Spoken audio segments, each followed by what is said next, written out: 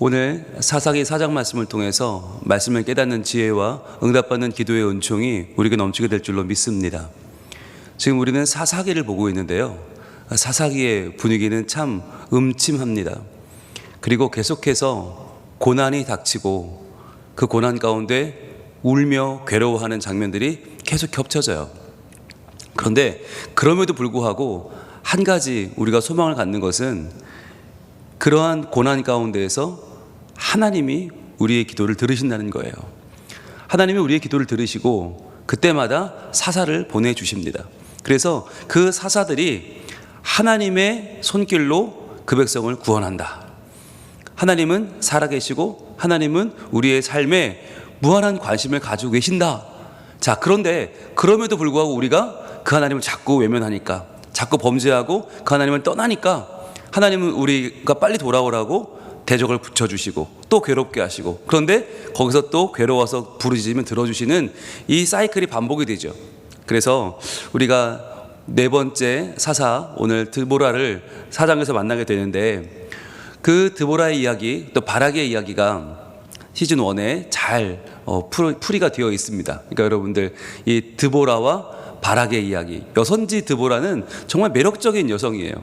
이름이 꿀벌이잖아요. 꿀벌.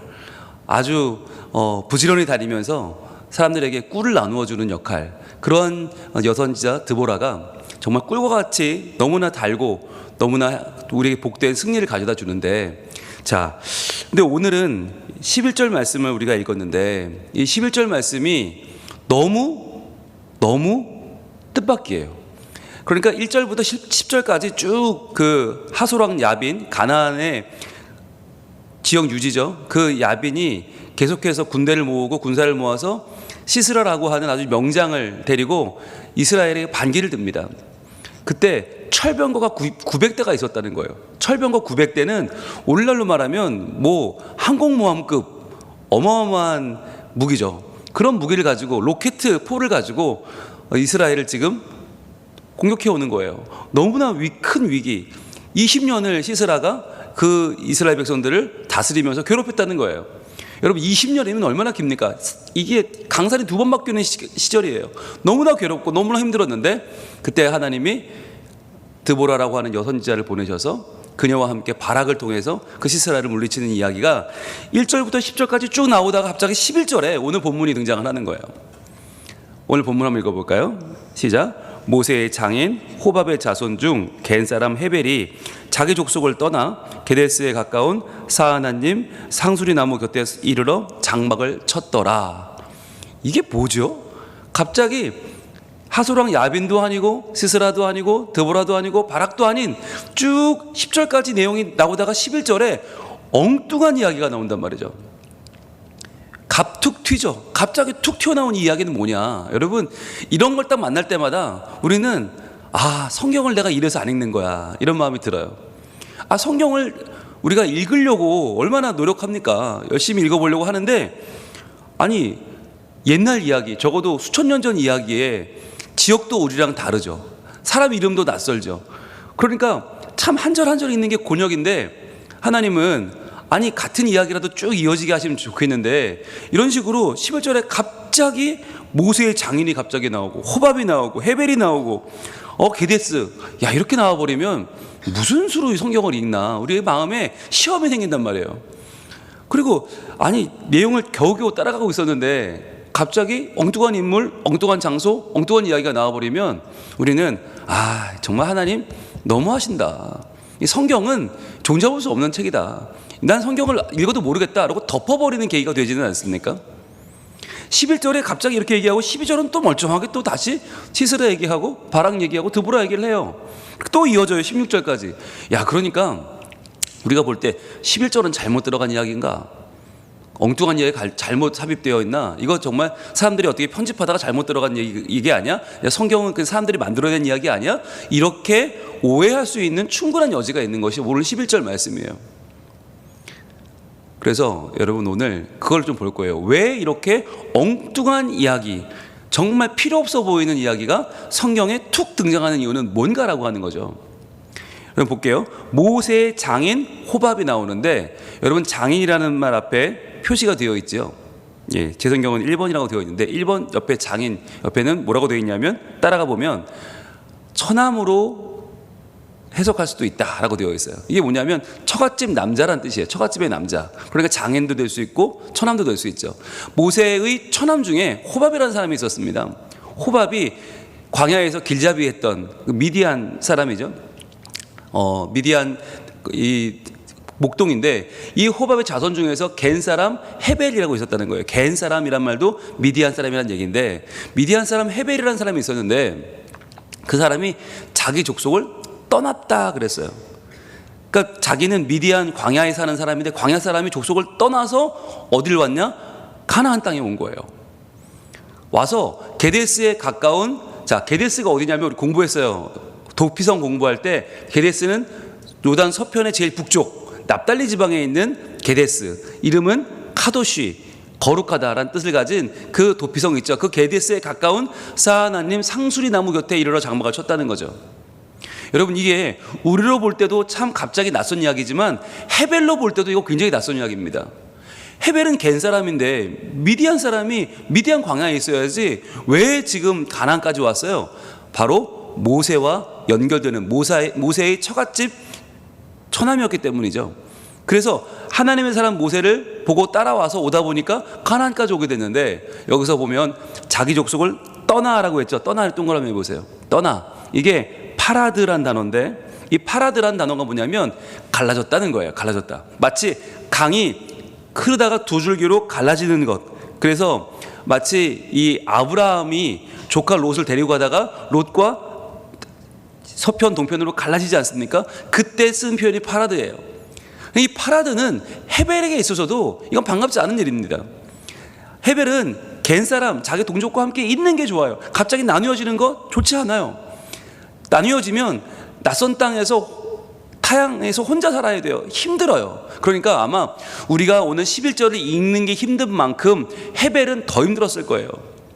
아니 왜 하나님은 이런 식으로 일을 하시나? 나는 미디안 사람인데 난 이스라엘 사람도 아닌데 왜 날 가나안에 오게 하셔? 하나님 지금 뭐 하시는 거지? 왜 이런 일을 나한테 행하시는 거지? 이해할 수 없는 거죠. 나는 누구, 여긴 어디, 내가 왜 여기 와 있어야 돼? 이게 헤벨의 마음이었을 거예요.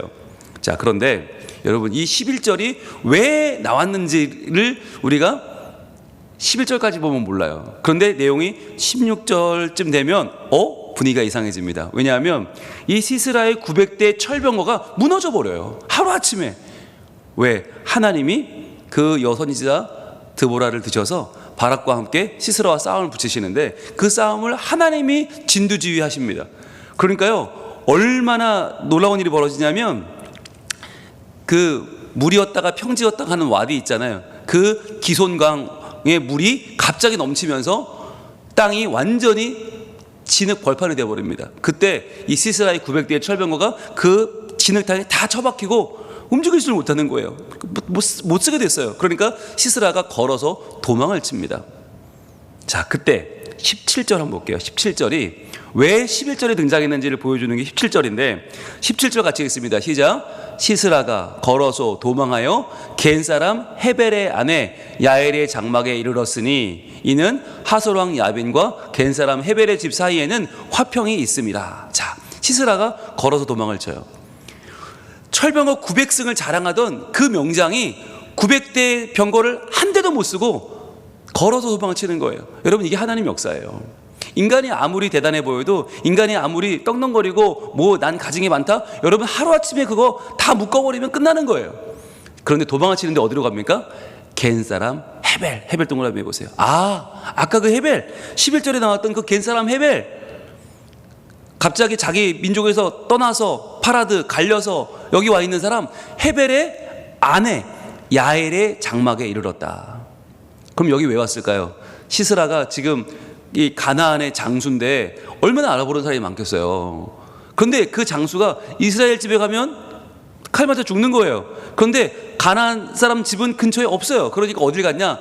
하솔왕 야빈과 겟 사람 헤벨 집 사이에는 화평이 있었기 때문에 지금 자기가 본거지가 있던 하로셋 쪽으로 안 가고 하솔왕 야빈이 있는 그 근거지 쪽으로 이 게데스 쪽으로 움직여서 거기에 사는 헤벨의 집 헤벨의 아내의 장막에 숨어든 것입니다. 그런데 또 여기 보면 그 광야 사람 아닙니까? 광야에 살아가는 거친 사람 이 헤벨이 하솔랑 야빈과 잘 지냈단 말이에요. 평화가 있었다. 잘 지냈다. 그러니까 이 사람 참 대단한 사람이죠. 광야 사람이 가나안까지 와서 가나안 왕이랑 잘 지낼 정도로 그렇게 또 수완이 좋은 사람이었어요. 그러다 보니까 시스라가 나 좀 숨겨주세요. 나 좀 숨겨주세요. 라고 그 집에 숨어듭니다. 자, 이 헤벨의 아내 야엘의 장막에 지금 시스라를 숨게 하기 위해서 11절에 등장한 거죠. 헤벨이 가나안에 와서 살게 되었다. 정착했다. 그런데 17절에 그 아내인 야엘의 장막으로 지금 시스라가 숨어들었다. 그 다음 어떻게 됐을까요? 그 야엘이 시스라를 재웁니다. 힘드시죠? 피곤하시죠? 전쟁터에 지치셨죠? 주무세요. 그리고는 잠들게 하고 어떻게 해요? 말뚝으로 그의 관자놀이를 박아버립니다. 와, 알고 보니 헤벨과 하솔랑 야빈에게는 평화가 있었지만 그 아내, 헤벨의 아내 야엘은 누구였느냐? 바로 하나님을 섬기는 여자였던 거죠. 그래서 그 하나님을 섬기는 여인에게 있어서 자신이 섬기는 하나님의 나라 이스라엘을 20년간 괴롭힌 시스라는 원수 중의 원수였던 거죠.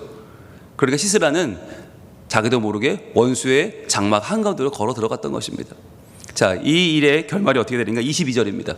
오늘 22절 말씀 이렇게 이어집니다. 시작. 바락이 시스라를 추격할 때에 야엘이 나가서 그를 맞아 그에게 이르되 오라, 내가 찾는 그 사람을 내가 내게 보이리라 하매 바락이 그에게 어떻게 해요? 들어가 그에게 이르되 오라. 자, 그에게 들어가 보니 시스라가 엎드려져 죽었고 말뚝이 그의 관자놀이에 박혔더라 그랬어요. 여러분, 여기 동그라미를 2개 해야 되는데 바로 오라 그리고 보니, 두 번째 동그라미 해보세요. 오라, 이게 힘내라는 말인데 보라라고 하는 얘기. 보라, 이게 감탄사예요. 어마어마한 감탄사예요. 봐라, 네가 찾는 그 사람, 그 적장 시스라 내가 보여줄게. 빨리 와, 보라. 그랬더니 바락이 그에게 들어가 보니, 우와, 이거는 바락이 외치는 거예요. 힘내, 봐라, 시스라가 엎드려져 죽어 있구나. 그 적장이 지금 쓰러졌구나. 할렐루야 하면서 지금 이 기쁨의 외침을 하고 있는 거예요.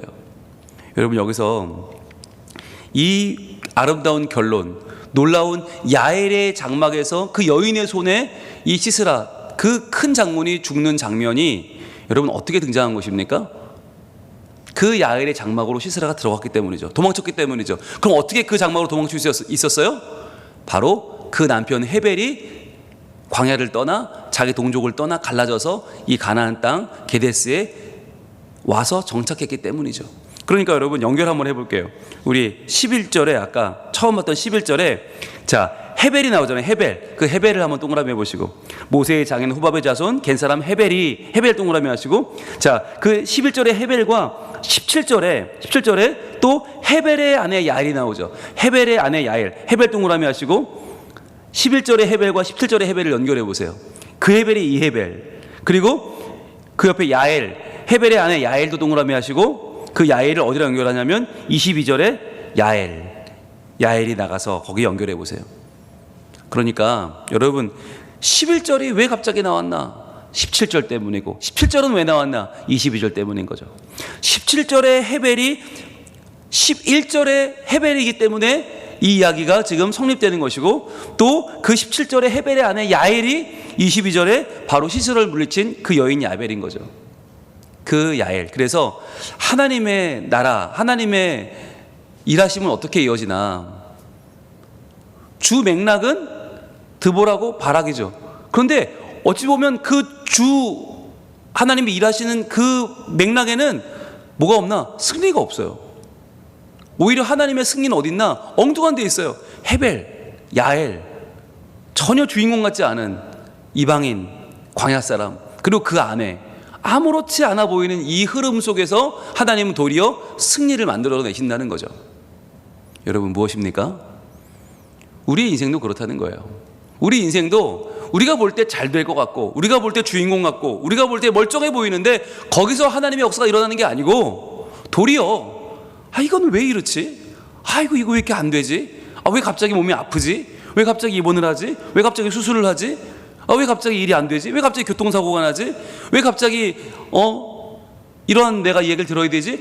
난감한 상황들이 찾아오는데 오히려 그런 상황들이 뜻밖의 상황이, 알 수 없는 상황이 도리어 우리의 삶에 크나큰 승리를 가져다주는 하나님의 계획일 때가 있다고 하는 것이에요.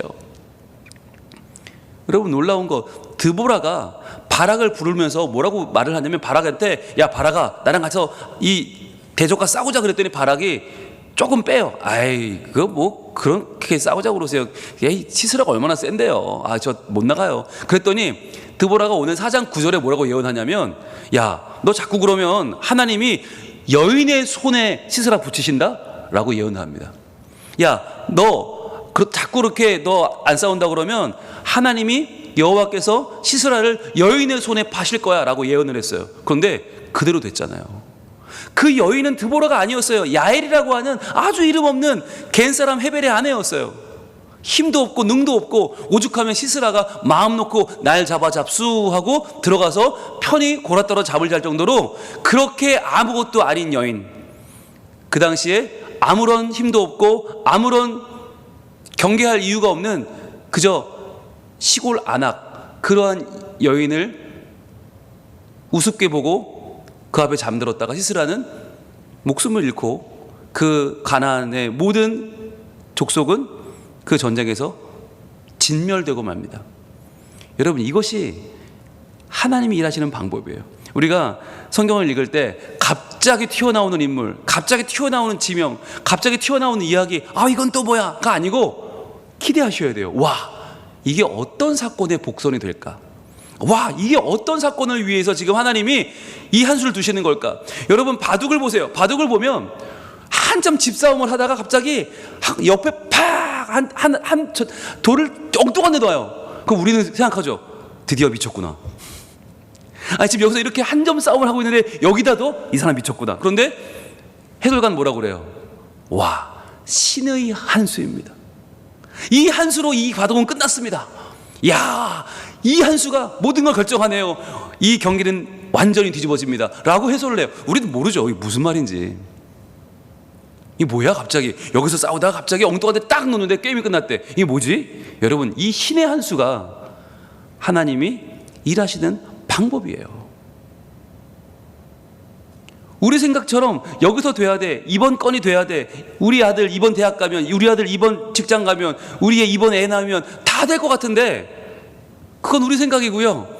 거기에 하나님의 계획이, 승리가 있지 않을 때가 있고요. 도리어 아무것도 아닌 것 같은데, 별거 아닌 것 같은데, 그냥 지나가는 것 같은데 거기에 하나님의 계획과 승리가 있는 경우도 많더라는 것이에요.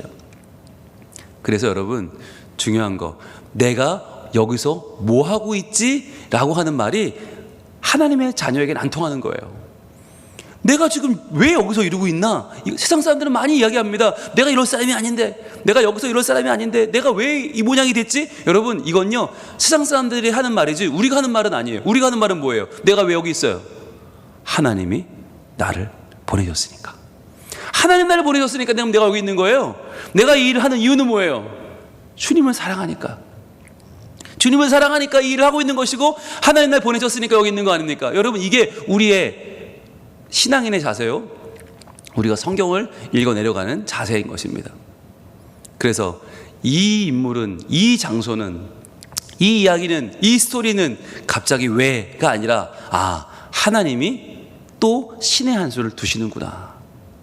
오늘 내게 벌어지는 예측되지 않는, 예측하기 싫은 사건들, 야, 왜 이런 일이 벌어지지? 여러분, 그것이 신의 한 수가 되어서 하나님이 나를 통해 적장을 물리치고 대적을 진멸시키고 하나님의 이름을 높이시는 놀라운 승리의 역사가 될 줄로 믿고, 오늘도 내게 벌어지는 모든 일들이 하나님의 치밀한 계획 속에서 하나님의 승리케 하시는 권능의 손길임을 믿고 하나님을 의지하여 오늘도 승리하는 주의 백성으로 사시기를 축복합니다. 기도하겠습니다. 하나님, 우리는 성경을 읽다가 갑자기 나오는 이야기 보면 왜 이런 얘기가 나올까? 짜증도 나고 알 수 없고 혼란스럽습니다. 그런데 그 이야기들은 바로 하나님의 승리를 위한 복선임을 저희들 알게 되었습니다. 그렇구나. 이래서 승리하는구나. 이렇게 이기는구나. 하나님 이렇게 놀라운 승리를 이루시는구나. 오늘도 저희들 모르기 때문에 당황하고 하나님의 계획을 다 알지 못하여 우리는 또 실망하고 절망할 날이 많이 찾아오는데, 그럼에도 불구하고 우리가 이것이 내 삶에 행하시는 하나님의 신의 한 수임을 믿고 내 삶을 하나님이 보내신 내 자리의 삶으로, 또 주님을 사랑하는 자의 오늘 귀한 하루의 삶을 살아내는 주의 백성들 다 되게 하여 주시옵소서. 예수님 이름으로 기도합니다. 아멘.